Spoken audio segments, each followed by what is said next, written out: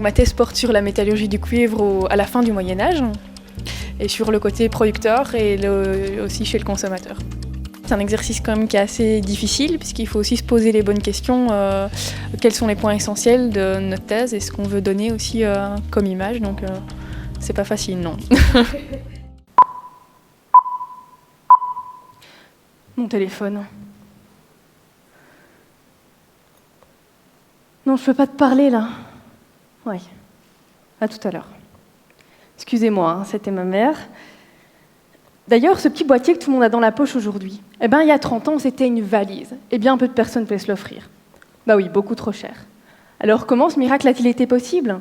Innovation, demande, adaptation, production de masse et de série.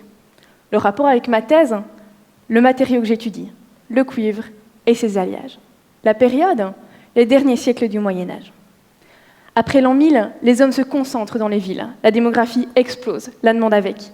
La croissance est forte jusqu'à la fin du XIIIe siècle. Le cuivre, qui avant était réservé à une élite, se démocratise. Tout le monde, ou presque, possède dans sa cuisine un chaudron pour y faire cuire sa soupe. L'objectif de ma thèse, c'est donc de comprendre comment le marché des objets métalliques s'est transformé et organisé au Moyen-Âge.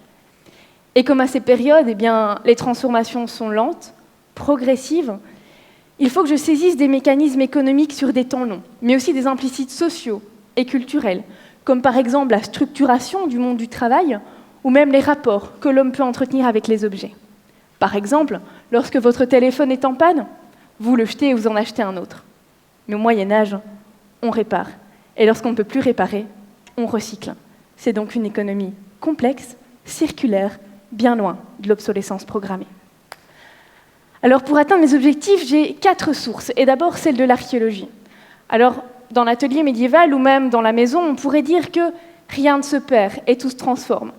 Et en réalité, ce n'est pas tout à fait vrai, puisqu'il me reste des déchets pour comprendre le consommateur et le producteur, en me livrant à une sorte de « dis-moi ce que tu jettes, je te dirai qui tu es ». Bref, je fais les poubelles. Mais bon, j'ai quand même des sources écrites, je fais des analyses physico-chimiques et des expérimentations pour valider mes hypothèses. Je lis donc des textes anciens, des contes, des inventaires. J'examine au microscope les matériaux utilisés pour comprendre comment ils sont mis en forme et puis de quoi ils sont faits exactement.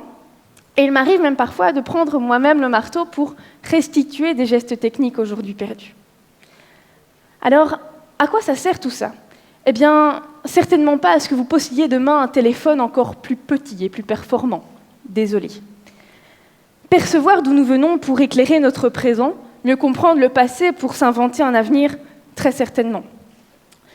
Mais j'ose espérer que ma thèse, c'est aussi une petite contribution, même modeste, à la réponse que la culture peut donner à ces barbares qui tuent dans les musées, qui détruisent la beauté et qui s'opposent à la connaissance en voulant faire de l'homme un ignare décérébré. Je vous remercie.